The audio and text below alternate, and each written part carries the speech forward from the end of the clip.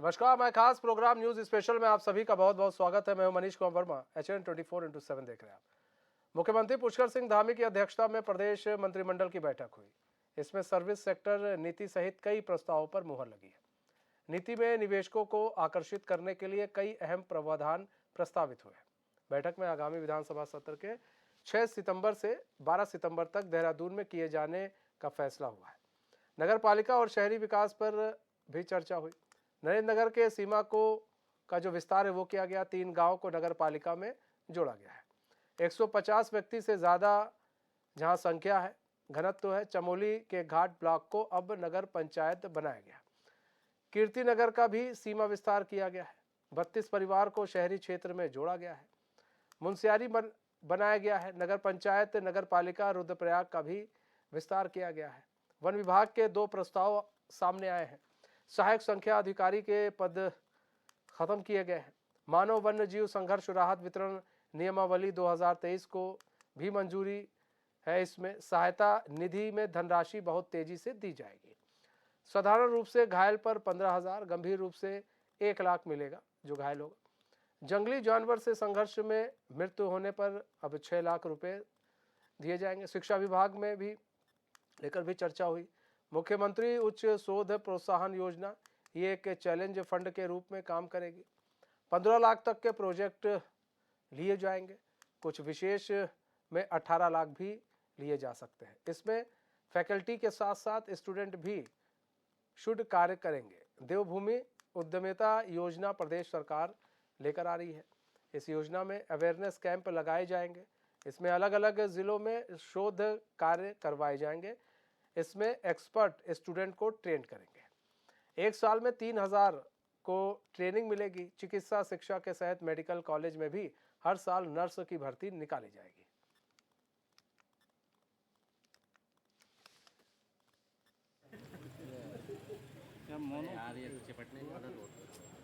काफ़ी संख्या शहरी विकास विभाग की भी थी।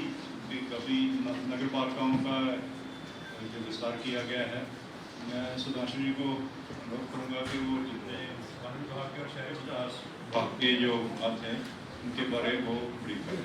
आप जानते ही हैं अगले वर्ष हमारे प्रदेश में राष्ट्रीय खेल भी होने प्रस्तावित हैं, 38वें राष्ट्रीय खेल। तो इसी क्रम में हम लोगों ने आज कैबिनेट के समक्ष आउट ऑफ टर्न जो खिलाड़ी अंतर्राष्ट्रीय स्तर पर विशेष रूप से और राष्ट्रीय स्तर पर भी कुछ चुनिंदा प्रतियोगिताओं में जो अच्छा प्रदर्शन करते हैं उनके लिए हमने आउट ऑफ टर्न नियुक्ति का प्रावधान रखा है। और शुरुआती दौर में 6 विभागों में लगभग 150 से अधिक पद हमने चिन्हित किए हैं। इन पदों पर पदक विजेताओं को जो अच्छा प्रदर्शन करते हैं उनको नियुक्ति दी जाएगी। इसमें हम लोगों ने एक ये भी अनुरोध किया था जिसको, क्योंकि ये हमारे प्रदेश में ये व्यवस्था 2013 तक लागू थी, फिर हाईकोर्ट के आदेश से ये बंद हो गई थी। तो 2014 से लेके अब तक भी जिन खिलाड़ियों ने अंतर्राष्ट्रीय स्तर पर अच्छा प्रदर्शन किया है उनको भी कैबिनेट ने अग्री किया है कि उनको वन टाइम रिलैक्सेशन दिया जाएगा। तो उनको उसमें लगभग 15-16 खिलाड़ी उससे कवर होंगे जिन्होंने पिछले 8-9 साल में अच्छा प्रदर्शन किया है। और आगे अब ये लगातार उत्तराखंड के जो भी मेधावी खिलाड़ी हैं जो कि क्योंकि यहाँ पे ये व्यवस्था नहीं थी तो वो अक्सर बाहर जाकर और प्रदेशों से खेलते थे और प्रदेशों की तरफ से उनकी टीम की तरफ से प्रतिनिधित्व करते थे और उससे हमारे स्टेट को नुकसान होता था। तो अब ये निर्णय के बाद हमारी आशा है कि हमारे खिलाड़ी उत्तराखंड से ही खेलेंगे, उत्तराखंड का ही नाम रोशन करेंगे और यहाँ पर खेलों को और बढ़ावा मिलेगा। अस्करी जाफरी हमारे संवाददाता पूरी जानकारी के साथ लाइव जुड़ चुके हैं। अस्करी, आज कैबिनेट बैठक हुई है जो खत्म हो चुकी है। सीएम धामी की अध्यक्षता में कैबिनेट बैठक हुई जिसमें सर्विस सेक्टर सहित निवेशकों को लुभाने के लिए भी तमाम तरह के जो प्रस्ताव हैं वो सामने आए थे। ऐसे में प्रस्ताव जो आए हैं सामने, कौन कौन से महत्वपूर्ण प्रस्ताव थे जिन पर मुहर लग गई है? बिल्कुल, देखिए मनीष, आज धामी मंत्रिमंडल की बैठक खत्म हुई है। इसमें 30 फैसले जो है धामी मंत्रिमंडल की बैठक में हुए हैं।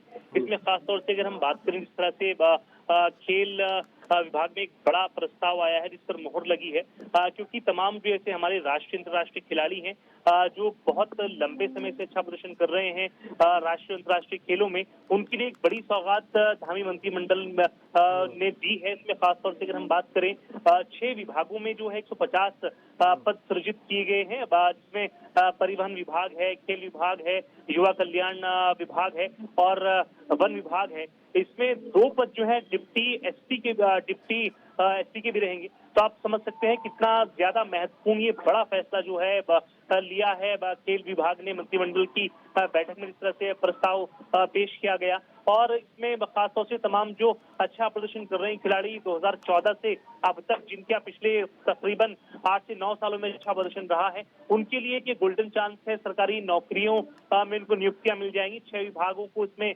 शामिल किया गया है। परिवहन विभाग है, खेल विभाग है, वन विभाग है, माध्यमिक शिक्षा है।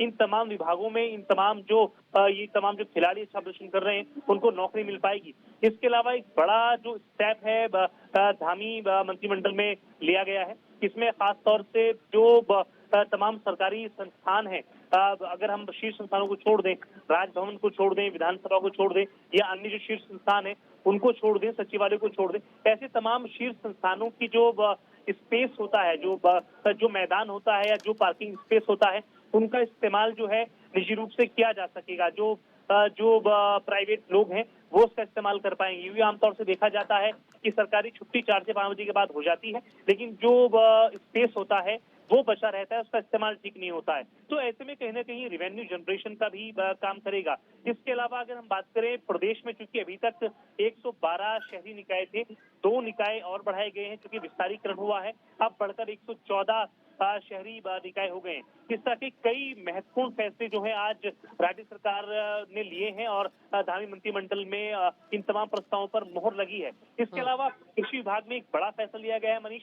808 करोड़ रुपए स्वीकृत हुए हैं सेब की फसल के लिए, जो ऐसा माना जा रहा है, जिस तरह से मुख्य सचिव एसएस संधू ने कहा है कि 8 सालों के बाद 2000 करोड़ का यह व्यापार हो जाएगा। प्रदेश का जो कृषि व्यापार है वो 2000 करोड़ का हो जाएगा। तो आप समझ सकते हैं कितना ज्यादा जो है महत्वपूर्ण कदम जो है धामी सरकार लगातार उठा रही है।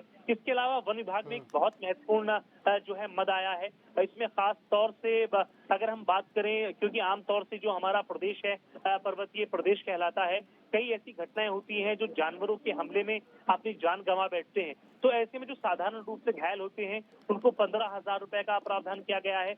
आंशिक रूप से इनका नुकसान होता है, शारीरिक रूप से इनको 1 लाख रुपए का प्रावधान किया गया है। इसके अलावा एक बड़ा कदम जो है इस मंत्रिमंडल में लिया गया है वो ये है कि अभी तक जो जंगली जानवरों के हमलों में जो मौतें होती थी मनीष, उसमें 4 लाख तक का मुआवजा मिलता था, लेकिन अब इसको बढ़ा करके 6 लाख किया गया है।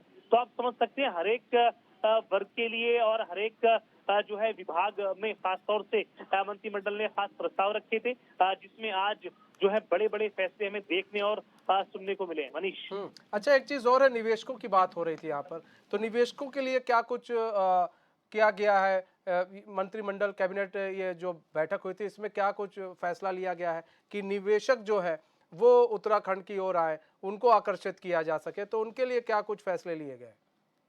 देखिए मनीष, चूंकि निवेशकों के लिए पहले मुख्यमंत्री पुष्कर धामी अपना पूरा समर्थन जता चुके हैं और लगातार कह चुके हैं कि किसी भी तरह की अगर जो तमाम निवेशक बाहरी राज्यों से आ रहे हैं, बाहरी देशों से आ रहे हैं, उनके लिए पूरी जमीन अलॉट कराने का काम जो है सरकार करेगी और सब्सिडी देने का भी काम सरकार करने जा रही है। तो आप समझ सकते हैं कितना बड़ा कदम जो है राज्य सरकार उठा रही है, क्योंकि लगातार जो है, क्योंकि ग्लोबल इन्वेस्टर समिट जो है सितंबर माह में जो है प्रस्तावित है, तो दिसंबर माह में प्रस्तावित, माफ कीजिएगा, तो आप समझ सकते हैं बहुत कम समय बचा है, जिस तरह पर उसको लेकर तैयारियां भी की जा रही हैं। तो इस बार का जो प्रोग्राम बनाया है, जो एक तरह से लक्ष्य निर्धारित किया है राज्य सरकार ने, 2.5 लाख करोड़ रुपए तक के जो है MOU साइन कराने का लक्ष्य निर्धारित किया गया है। तो आप समझ सकते हैं बहुत ज्यादा निवेश आने की संभावनाएं इस बार है। हालांकि इन MOU से अगर 50,000 करोड़ तक के भी निवेश आते हैं तो ये अपने आप में एक बड़ी उपलब्धि होगी, क्योंकि मुख्यमंत्री पुष्कर सिंह धामी पहले इस बात को जता चुके हैं कि 50,000 करोड़ तक का भी निवेश अगर हमारे राज्य में आता है तो राज्य सरकार के लिए एक बड़ी उपलब्धि होगी। क्योंकि कई बार देखा जाता है मनीष, MOU जो है ज्यादा रकम के साइन होते हैं, लेकिन उसके सापेक्ष अगर हम बात करें जो रेवेन्यू मिलता है राज्य सरकार को वो कम मिलता है। तो ऐसे में खुद मुख्यमंत्री पुष्कर सिंह धामी ने तमाम जो आला अधिकारी हैं उनको दिशा निर्देश भी दिए हैं और कहा है कि आप जो तमाम योजनाएं हैं जो जमीन पर अभी नहीं उतरी हैं उनको आप धरातल पर उतारिए और निवेशकों को पूरा लुभाने का काम कीजिए। मनीष, अच्छा, एक चीज और भी है कि 6 सितंबर से 12 सितंबर तक अब विधानसभा सत्र भी चलाया जाएगा, इस पर भी मुहर लग गई है। तो क्या ये जो 6 दिन का सत्र है वो चलेगा, पूरा चलेगा, या फिर बीच में ही फिर खत्म हो जाता है जिस तरह से सत्र वो होगा? देखिए मनीष, इसमें थोड़ा सा बदलाव हो रहा है, क्योंकि जिस तरह से मुख्य सचिव एस एस संधू से हमने बातचीत की, उन्होंने 6 से 12 सितंबर तक का ये मानसून सत्र बताया। खुद मंत्री वीरेंद्र सिंह अग्रवाल ने से हमने कल बातचीत की, उन्होंने 6 तारीख से जो है विधानसभा सत्र शुरू होगा, ये पूरा बताया। लेकिन अभी इसमें थोड़ा सा जो है बदलाव है। अभी ऐसी जानकारियां आ रही हैं कि 5 से लेकर 8 तारीख तक का, यानी 5 सितंबर से लेकर 8 सितंबर तक का जो है मानसून सत्र में जो है तिथियों में जो है बदलाव किया गया है। लेकिन कई बार देखा जाता है मनीष, जो डेज ऑफ बिजनेस होता है, यानी जो राज्य सरकार के पास बिजनेस होता है, तो वो कम होता है। और आमतौर से हमने देखा है 2 से ढाई दिन तक जो है मानसून सत्र चलता है, जबकि 4 से 5 दिन एटलीस्ट चलना चाहिए, कम से कम 4 से 5 दिन चलना चाहिए। लेकिन बिजनेस चूंकि कम होता है राज्य सरकार के पास, ऐसे में 2 से ढाई दिन बमुश्किल खिंच पाता है। तो इस बार उम्मीद जताई जा रही है कि 3 से 4 दिन का ये मानसून सत्र होगा और कुछ ना कुछ राज्य सरकार के लिए इसमें होगा। क्योंकि मानसून सत्र अगर इस बार का है, आप जैसा बता रहे हैं कि अभी कुछ बदलाव हो सकते हैं, और वो 5 से 8 तारीख के बीच में अब हो सकता है मानसून सत्र, कुछ ऐसे बदलाव भी देखे जा सकते हैं। लेकिन सवाल ये उठता है ना कि जो मानसून सत्र 1 या 2 या ढाई दिन का करके खत्म कर दिया जाता है, तो जनता के कई सारे सवाल जो है वो रह जाते हैं, और जो विधायक है वो उन सवालों को उठा नहीं पाते, और जो कई जवाब है जो हमें भी चाहिए वो जवाब नहीं मिल पाते, जनता को भी चाहिए, हमें भी चाहिए, वो जवाब मिल नहीं पाते हैं। तो ऐसे में क्या माना जाए कि ये जो सत्र है, क्योंकि सारी चीजें कहा जा रहा है कि बिजनेस पर तय करती है, आप बार बार बिजनेस का हवाला देकर विधानसभा सत्र को बीच में नहीं खत्म कर सकते, क्योंकि अगर आपके पास बिजनेस नहीं है तो या तो आप करवाइए, मत करवाइए, तो फिर उस हिसाब से करवाइए ताकि आपका विधानसभा सत्र चल भी सके। ठीक है, हम अस्करी बने रहिए हमारे साथ। करण महारा भी जुड़ चुके हैं, प्रदेश अध्यक्ष हैं कांग्रेस के। करण महारा जी, स्वागत है एचएन में आपका। करण महारा जी, कैबिनेट बैठक की गई है आज, धामी मंत्रिमंडल की आज कैबिनेट बैठक थी, उसमें कई अहम प्रस्तावों पर चर्चा की गई। उसमें सर्विस सेक्टर सहित निवेशकों को लुभाने के लिए भी बात की गई है, और एक सहायक संख्या जो अधिकारी हैं उनके पद को खत्म कर दिया गया है। लेकिन इसमें एक चीज महत्वपूर्ण बात है कि अगर हम विधानसभा सत्र की बात, अभी हम अपने संवाददाता से भी चर्चा कर रहे थे कि वो जो है पहले 6 से 12 सितंबर थी, लेकिन अब कहा जा रहा है 5 से 8 सितंबर के बीच में रहेगी। लेकिन सवाल ये है सर कि ये चलती नहीं है, जो तारीख तय सीमा होती है उस चलती नहीं है। बाद में कहा जाता है भाई निवेशक नहीं आ रहे हैं, मतलब उतना बिजनेस नहीं हो रहा है, इसलिए हम सत्र चला नहीं पा रहे हैं। सर, बीच में सत्र क्यों खत्म कर दिया जाता है?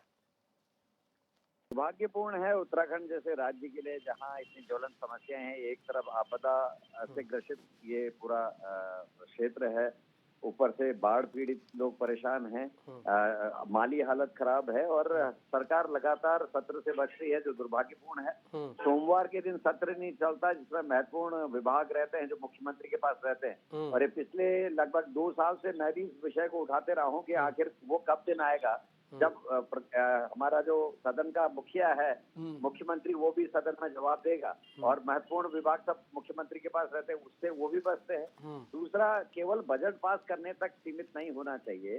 जैसा कि आपने भी कहा कि महत्वपूर्ण विषय रह जाते हैं, जनता के क्वेश्चंस रह जाते हैं, विधायक अपने क्षेत्र की समस्याएं उठाना चाहते हैं और प्रदेश के ज्वलंत मुद्दों को उठा चाहते हैं, वो नहीं है।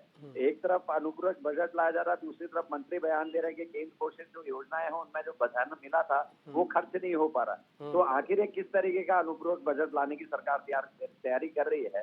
8 तारीख को बागेश्वर उपचुनाव का रिजल्ट आने वाला, उसके बीच में 5 से 8 के बीच में सत्र बुलाकर खाली कानापूर्ति करके अपना बजट पास करने तक सरकार सीमित है, क्योंकि वो जानती है चाहे वो हरिद्वार और उधम सिंह नगर का बाढ़ का मामला विषय उठेगा, वो ये भी जानते हैं कि अंकिता मर्डर केस में पुलकित आर्या को जो वीआईपी ट्रीटमेंट मिल रहा है सरकार के द्वारा, उस पर प्रश्न उठेंगे। वीआईपी के बारे में पूछा जाएगा, ये भी पूछा जाएगा कि आखिर क्या कहते हैं जो सबूत मिटाए गए वो क्या हुआ। ये भी पूछा जाएगा कि महिलाओं के उत्पीड़न के केस क्यों बढ़े, SSC भर्ती घोटाले से लेके पटवारी पेपर लीक तक के महत्वपूर्ण विषय सत्र में उठने हैं। महंगाई से रिलेटेड 250 रुपए किलो से ऊपर लोगों ने टमाटर खरीदा है। ये सारे विषय सदन में उठने हैं, और इन सारी चीजों से बचने के लिए सरकार छोटा सत्र बुलाने की कोशिश करेगी। अच्छा, एक चीज और भी है करण महाराज जी की, अभी यहाँ पर बात हो रही है प्रस्ताव पर, तो नरेंद्र नगर का जो सीमा का विस्तार है वो कर दिया गया है, 3 गांव को नगर पालिका में जोड़ा गया है, जहाँ पे 150 व्यक्ति से ज़्यादा हैं जनसंख्या घनत्व को देखते हुए, और चमोली के घाट ब्लॉक को भी अब नगर पंचायत बनाया गया है। तो किस तरह से देखते हैं इन फैसलों को? जनता अगर चाहती है तो ये फैसले लिए जाने चाहिए, और बिना पब्लिक के राय मशवरे के इस तरीके के फैसले अगर लिए गए हैं तो वो गलत है। लेकिन अगर वहाँ के लोग इसको चाहते हैं तो निश्चित ही किया जाना चाहिए, क्योंकि फायदे और नुकसान दोनों हैं। एक तरफ टैक्सेस बढ़ते हैं, लेकिन लोगों को साफ सफाई की, ड्रेनेज की, इसकी सुविधाएं भी मिलती हैं। तो ये डिपेंड करता है कि वहाँ के लोग क्या चाहते हैं, और अगर वहाँ के लोगों ने ये चाहा है तो फिर इसमें कोई ऑब्जेक्शन नहीं होना चाहिए। ठीक है सर, बहुत बहुत धन्यवाद सर हमारे साथ जुड़ने के लिए और अपना बहुमूल्य समय देने के लिए। बहुत बहुत धन्यवाद अस्करी हमारे साथ जुड़ने के लिए और तमाम जानकारी देने के लिए। तो देखिए, आज महत्वपूर्ण प्रस्ताव पर आज चर्चा हुई, कैबिनेट की बैठक हुई धामी मंत्रिमंडल की, और उस पर चर्चा होने के बाद उस पर मुहर भी लगाई गई।